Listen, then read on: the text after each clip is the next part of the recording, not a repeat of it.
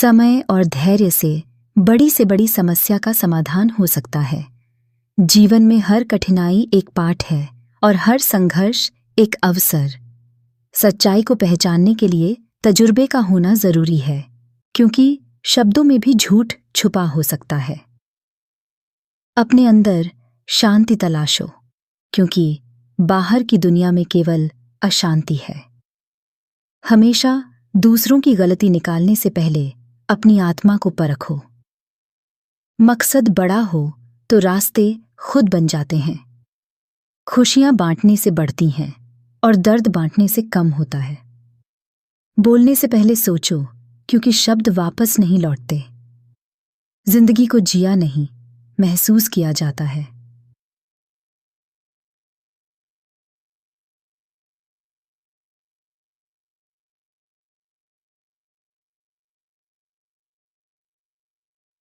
जो अपने दुख को समझ लेता है, वही दूसरों के दुख को मिटा सकता है।